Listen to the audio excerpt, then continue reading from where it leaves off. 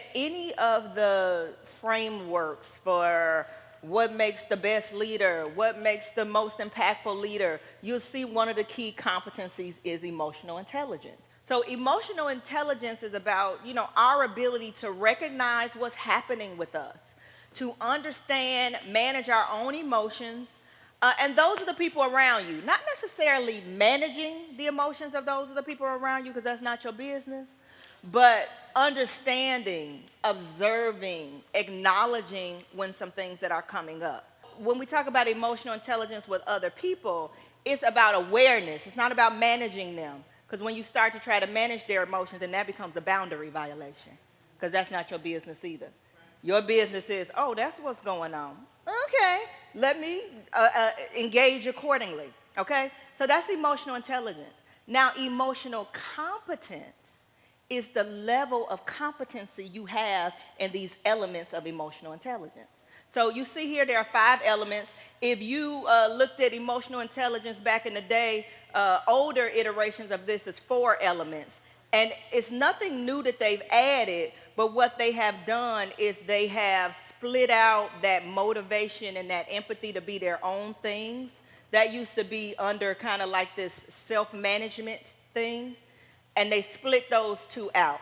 So I want to just touch on this. I'm touching this quickly because we're going to vision. What I want you to be doing, just like you did with strategic thinking, I want you to be assessing, and I put that up so you can see it. I want you to be assessing where might be some of your areas of growth. And our early career folks, we did a whole bunch of work with this. So they did some work. We've seen this. All right, let me just hit it real quick. So there's a personal competence, that's that top row. And then there's a social competence, which is that bottom row. The personal competence is about you. That's your hard work. The social competence is your relationship engagement with others. Now, quickly, self-awareness is just the awareness of knowing what's going on with me. When we talked about the come from, we talked about the hard work yesterday. What's getting in my way? Am I coming from a place of fear, a place of abundance, a place of desperation, a place of lack? And how I'm interacting, that's self-awareness. Are there things that I realize that get on my last nerve when people do them? And I realize that when they do them, they're not doing them to me, and I need to manage my projections on them. Or they're doing something that triggers me because of my past traumas and things of the sort. And I'm now engaging with them like they did that trauma to me because I'm not self-aware, instead of knowing that that's triggering some things I need to heal. Self-awareness. Now, self-regulation in older models was called self-control. So you can be self-aware, highly competent. Remember emotional competence. Emotional intelligence is that these things exist. Emotional competence is what's my level of competency, my level of expertise in how I engage in that way. Self-regulation or self-control in the older iteration. You could be self-aware, but have low impulse control. That's just how I am. Girl, you need to change then.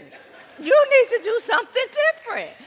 That's just how I am. Don't take it personally. No, you need to change if what you're doing is not enriching the relationships you would like in a way. So self-regulation, what's my competence on that? Self-awareness, I could be highly competent. When I realize that stuff coming up, can I control my mouth? When I realize you're triggering something that you didn't have nothing to do with, can I manage that appropriately? Self-regulation. Self-motivation, so that on the newer one, this is pulled out. Self-motivation is about how do you tap into your internal resources? Do you need to be, and this is no judgment, because some people need more or not, but you need to know this for yourself. Do you need to be pumped and primed a little bit to get the vision and the goals you have done?